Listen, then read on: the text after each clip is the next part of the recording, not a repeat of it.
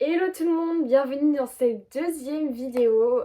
Donc mon but ça va être de vous donner des tips pour vous mettre à la lecture. Donc on va passer par les petits conseils et surtout pas mal de recommandations. Vous allez voir qu'il va y avoir de tout. Et pour les recommandations, je vous le dis tout de suite, ce sera dans la description. Tous les titres de livres pour les chercher ce sera plus simple. Donc on attaque direct, premier conseil, fixez-vous un objectif. Donc au début ça va être bien de se dire, ok là je vais lire 10 minutes tous les soirs, mais c'est 10 minutes et je les loupe pas, je vais poser mon téléphone et vraiment je respecte cet objectif. Déjà soyez un peu discipliné pour ça. Vous allez voir qu'il faut se forcer un peu, surtout qu'avec les réseaux sociaux et TikTok, on a des contenus courts et tout, en fait on n'est plus habitué, on n'a plus la patience et la concentration pour des trucs longs, pour lire tout simplement. C'est pour ça qu'il y en a plein qui se déconcentrent pendant qu'ils lisent et qui disent ouais mais moi je décroche, je pense à autre chose. C'est une question d'habitude, c'est parce qu'on a grandi avec les réseaux. Donc forcément on n'est plus habitué à ça. Mais franchement si petit à petit vous faites 10 minutes puis après vous allez voir que ça va être 20 minutes, 30 minutes, puis plus forcément le soir. On va passer d'ailleurs au deuxième tips, c'est que la lecture pour commencer, plutôt que par exemple dans les transports en commun être sur votre téléphone, lisez. Quand vous allez dans un rendez-vous chez le dentiste, lisez en attendant, enfin vraiment vous pouvez lire n'importe quand et vous imaginez c'est toutes ces 5, 10 minutes, 15 minutes que vous passez sur votre téléphone dans des petites attentes. En fait, si vous vous mettez à lire, mais à la fin du mois, vous aurez lu 4 livres de plus quoi. Bon, j'exagère. Et quand on débute la lecture, vous pouvez lire même un livre par mois, tranquille. D'ailleurs, troisième tips, on ne se stresse surtout pas, on ne se stresse surtout pas quand on lit. Vous dites pas ouais là faut absolument que je lise 3 livres ce mois-ci. Parce que j'ai dit il faut être discipliné. Ok, je suis un peu contradictoire. Mais il y a une différence entre se discipliner 10 minutes tous les soirs et se dire faut que je lise mes 3 livres et tout, faut que je le finisse mon livre. Non, si vous aimez pas un livre, vous arrêtez. Si vous n'avez pas le temps, c'est pas grave. La lecture, ça doit avant tout rester un plaisir, vraiment, c'est un passe-temps, c'est quelque chose que vous kiffez. Moi, mon livre préféré, la première fois j'ai commencé à lire, j'ai lu 10 pages et j'étais assez nulle et tout. Et c'est un énorme pavé. Du coup, je me suis dit, bah tant pis, j'arrête, quoi. Je me suis pas forcée. Et en fait, un mois plus tard, je l'ai repris et là, je l'ai lu et c'est devenu mon livre préféré. Donc, comme quoi, des fois, c'est juste pas le bon moment, on est juste pas dans le mood, pas en accord avec le livre. Et vraiment, faut pas se forcer à lire un livre, vraiment jamais, jamais, jamais. C'est comme ça qu'après, vous avez plus envie. D'ailleurs, c'est pour ça qu'il y en a plein qui aiment pas lire, c'est parce qu'ils ont ils ont lu que les livres de cours qui en fait pour la plupart nous dépriment. Franchement c'est souvent nul, il y a peu de gens qui aiment, ou en tout cas c'est restreint, c'est toujours des classiques, les mêmes choses, on n'est pas habitué à lire d'autres choses et en fait on se rend compte que quand on lit un truc qu'on aime, mais on a tout le temps envie de le reprendre le livre. Je pense que tous les lecteurs ont eu ça, c'est ce déclic quand tu lis un livre, en fait tu te rends compte que à quel point tu as envie d'être dans l'univers et d'être toujours avec les personnages et de revivre le truc et que t'es chez toi et en fait t'as pas envie de prendre d'hôtel, là t'as juste envie de reprendre ton livre. Moi le livre qui m'a fait ça c'est La Carte des Confins. C'est un livre pirate, romantasy, donc romantasy c'est quand il y a de la romance et de la fantasy et vraiment génial ce livre, je le recommande. Ça restera toujours mon petit chouchou parce que c'est le premier livre qui m'a fait cet effet de waouh, j'avais pas envie de le lâcher quoi. Et ça faut juste que vous ayez une fois cette sensation et vous allez vous dire waouh, la lecture c'est génial. Ensuite, sachez que vous n'êtes pas obligé de lire des gros pavés de 1000 pages de ce type. C'est vraiment une brique que celui-là. Vous pouvez très bien lire sur des sujets que vous aimez, des articles de journaux, des petits livres, des fanarts, des magazines. Voilà, ça rentre, c'est de la lecture aussi. Moi par exemple en ce moment je lis le guide ultime d'Harry Potter. Voilà, je suis une grande fan et c'est hyper illustré. Il n'y a pas beaucoup de lecture, mais c'est quand même une forme de lecture. Donc ça, ce type, c'est super bien pour réhabituer votre cerveau au contenu long. Voilà. Ok, argument pour vous convaincre de lire, vous motiver un peu plus. La lecture, c'est comme regarder un film. C'est mieux. C'est mieux que regarder un film. En fait, c'est comme si vous aviez l'histoire, vous lisez le script, et vous êtes le réalisateur. C'est vous qui décidez à quoi ressemblent les personnages, à quoi ressemblent les décors. C'est vous qui pouvez ajouter des musiques. Vous pouvez même lire en écoutant de la musique. Il y en a beaucoup qui le font, moi je le fais.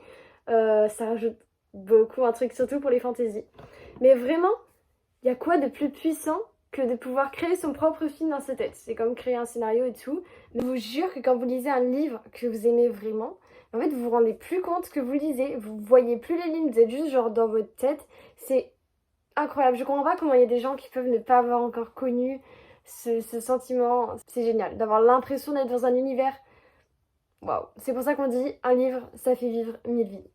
Et du coup, je pense que c'est l'heure des recommandations. Vous allez voir, il y a vraiment de tout. Et on commence par de la romance, parce que c'est vraiment les premiers sur ma pile. Emma Green. Emma Green, c'est 2 auteurs françaises. Emma Green, je sais pas ce que c'est leur nom.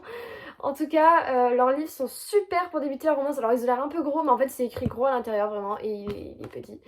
Et c'est parce qu'en fait c'est drôle. C'est vraiment la définition du livre, ça va tout seul. Tu le lis tout seul, tu défiles les pages, c'est addictif. C'est super bien pour commencer la lecture. Et puis quand même, je vais mettre mon auteur préféré, Morgane Moncomble. Elle est assez connue, L'As de cœur, c'est son plus connu je pense. Mais franchement, il n'est pas non plus énorme. En fait, j'ai peur qu'il y ait des gens ceux qui lisent pas, vous trouvez sûrement ça énorme. Mais croyez-moi, ça va, ça se lit vite et tout. En fait, à partir du moment où t'es dans le livre, où t'aimes le livre, ça peut être 1000 pages, tu vas les lire, tu vas avoir l'impression que ça passe hyper vite. Vraiment, je conseille aussi Bodyguard. Donc c'est une série et c'est 4 frères. Et en gros, c'est une romance pour chacun des frères à chaque tome.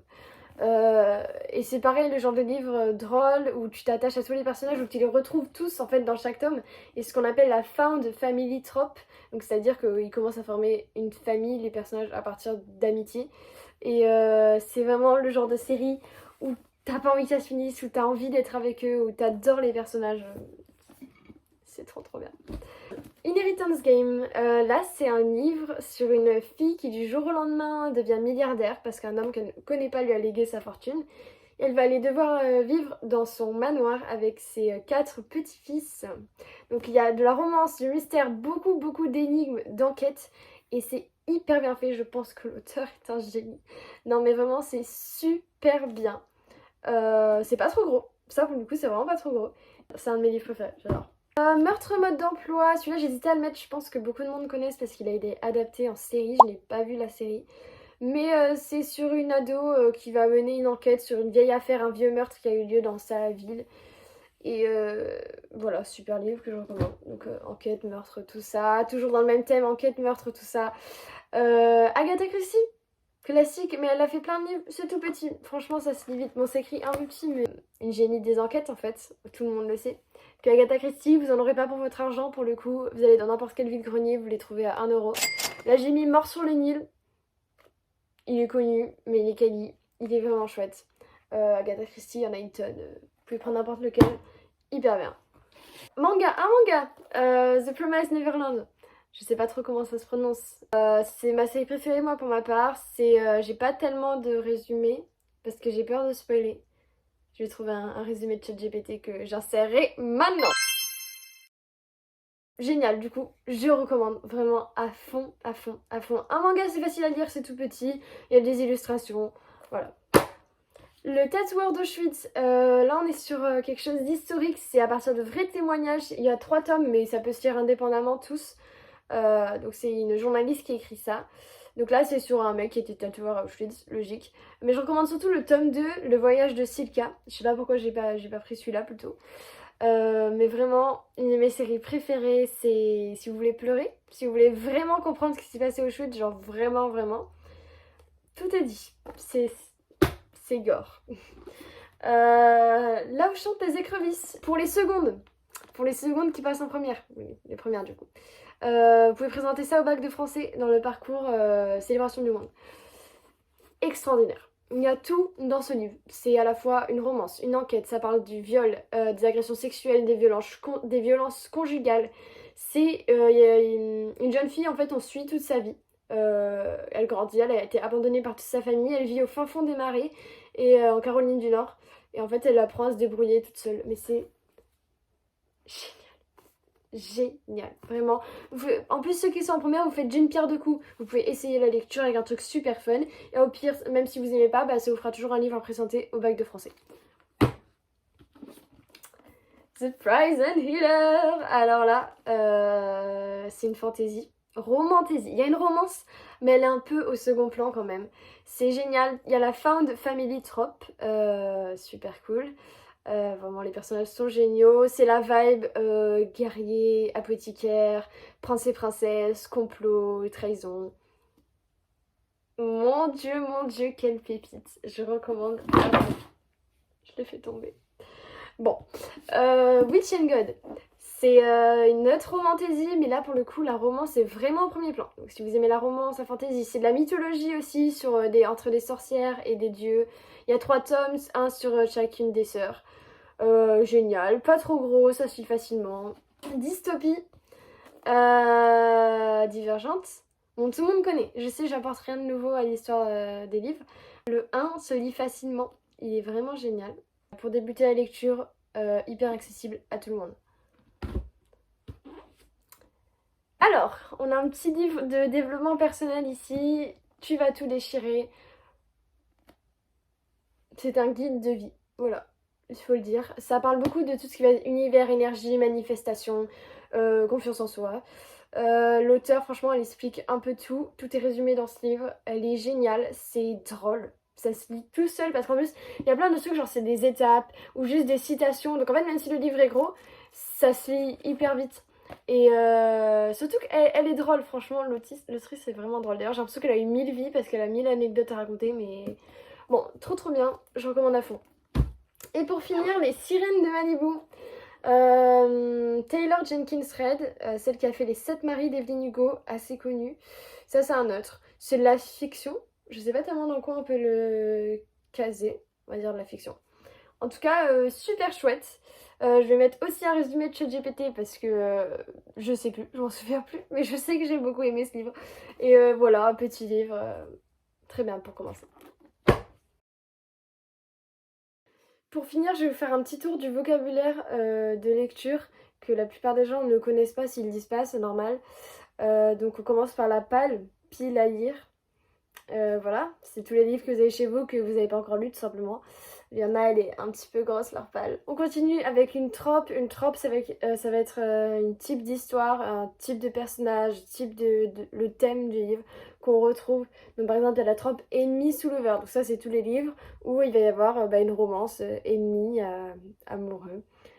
C'est surtout dans la romance. Donc on a par exemple le slow burn. Donc là c'est quand la romance elle met très longtemps, quand il faut 200 pages avant qu'il s'effleure la main. Friends to lover, proximité forcée, mariage arrangé, fake dating, donc quand ils font semblant de se dater pour telle ou telle raison. Colocation, small town, triangle amoureux, he fell first, she fell harder, ou l'inverse. Donc là c'est he fell first, donc par exemple il tombe amoureux en premier, she fell harder, elle tombe plus fort amoureuse. Ça peut être l'inverse. Après on a par exemple Brother's Best Friend, donc là une romance entre par exemple la fille et du coup le meilleur ami de son frère. Confusion. D'ailleurs n'hésitez pas à me dire s'il y a une trope en particulier qui vous intéresse et j'aurai peut-être des recommandations à vous faire. Dites-moi dans les commentaires. Voilà, j'espère que cette vidéo vous aura convaincu, vous aura motivé. Vraiment mettez-vous à lire, c'est le meilleur passe-temps. Et puis je vous fais des gros bisous.